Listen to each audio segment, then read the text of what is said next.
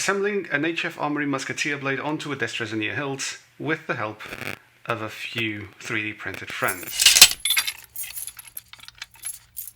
Hi everyone, welcome to the Espada Negra channel. My name is Rui, and today this video is a little bit different from the rest of the usual videos that we do. I will be assembling some newly received sword parts from Destrezania, something that I've commissioned to them. It's going to be very simple. It's going to be more of an unwrapping, and I will be basically teaching you, or not really teaching you, but showing you how I've assembled my other ones by using these false ricassos. Okay, I'm going to show you the entire process, how it goes, what you're going to need, and I'm going to show you how it looks like in the end. Let's get cracking. So the first thing that I'm going to do is, because I want this blade fitted onto a new hilt that I've received, this one right here, first thing I'm going to do is I'm going to disassemble this one, and I'm going to show you the original ricasso, or the original false ricasso that I had, that I've commissioned the Hilt from Destrezania. So let's get started. That's the pommel gun. Grip is next in line. So with the sword off, grip off, and here I have the previous hilt. As you can see, this hilt had one of the previous, or the first version of the false ricasso. It snapped right around here on this side, if you guys can see it there. There you go.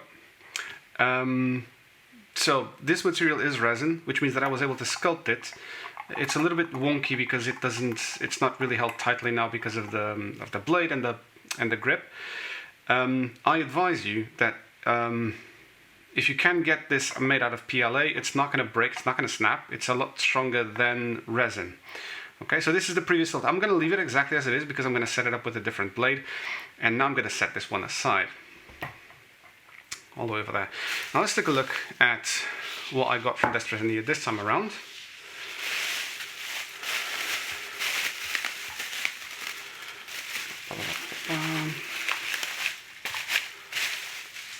Alright. So, from Destrezania I got the grip, which I will fit onto a different sword. I also got two pommels, one for my student, for one of my club members I mean, and the other one for myself, which I will open next. I'm going to have the pear-shaped one. Not sure if you guys can see it. And this modified hilt that I have here, which I will need to disassemble. Okay, why is it different? I took away the knuckle bow and took away the quillons because I wanted this to be more of a Senese type hilt, which I will put some photos at the end. I'll make another video in which I'll review both this and the other modifications that I've made and how they work with Senese. So yeah, time to disassemble this one. I'm going to fit a new ricasso on this one, and I'm going to fit the blade and fit the rest of the sword. Let's take a look.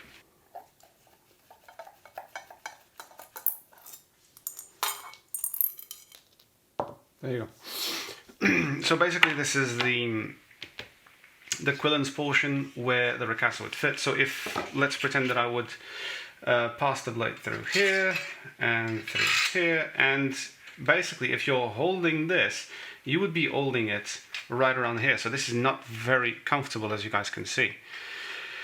It's a very tiny grip. So what I am going to do is, and this was a video that was, it was a question that was asked to me by Charles D. Turner. So thanks for giving me the idea to make this. What I'm going to do is I'm going to basically show you how I am assembling this one. Now again, remember, if you guys are using PLA, it's going to be a much stronger material than if you're using resin. I am fairly certain that the moment that I start screwing this on, it's going to snap. So I have another part coming in PLA. And all you need to do is just basically make sure that this is pressed firmly. You can hammer it, but I don't see the need to. It just goes in very smoothly. You put one, and you put the other. Oopsie daisy. And this would be roughly it. you can hammer it down if it's not really up to spec. Now, to give you a bit of perspective, this is what the new version looks like, and this is what the old version used to look like. So, as you can see, it may be more up your alley depending on which one you want. To me, I prefer the smaller ones rather than the big ones. So to give you an idea, they're meant to fit like so. There you go. And while this one is fairly large, so even if you look down here below, it is very, very large. It doesn't really match up with the bottom part of this section. On the top part, it is fairly bang on, but when you're holding it, to me, it becomes too cumbersome. I like very small grips, and hilts for that matter. So this one is already done. What I'm going to do is I am now going to put this in place,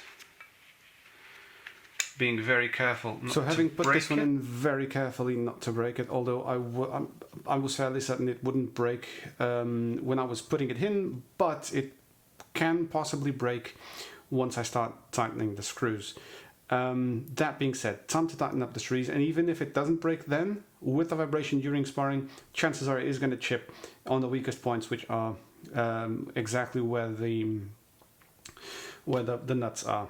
So another thing that you can do, especially for these hilts that I've done on the other Destrezania hilt that I have, the other Senese sword that I have, so to speak, because you're holding it either one or two fingers, these quillons will dig in upon impact, which means they can pack quite a punch. I first noticed this on the HF Armory rapiers, in which the quillon section really hurts a lot, and they're quite sharp. Some people choose to file them. You can, but another option that you can do is you can add some grip tape to help with the grippiness.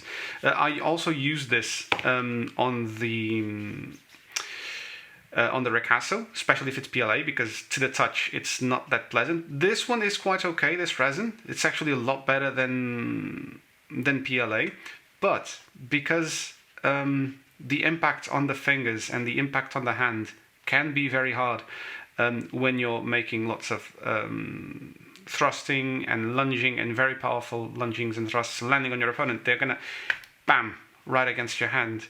So to make it ever more comfortable, what I do is I do put some grip tape, because it helps not only with the grippiness but also with the overall comfort of using one of these. Okay, so let's get to it. There you go. So now that this is all set, we can go back and reassemble this.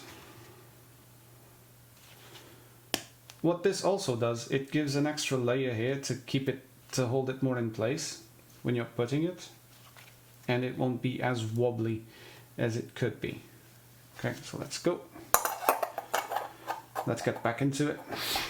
So one thing that happens with these grips that one of my club members made is that since they're olive wood, they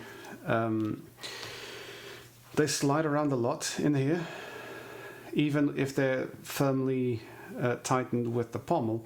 So I need to make a sort of washer. I'm going to make a washer out of some rubber that I have around here, and I'm going to see how that goes. So let's take a close look.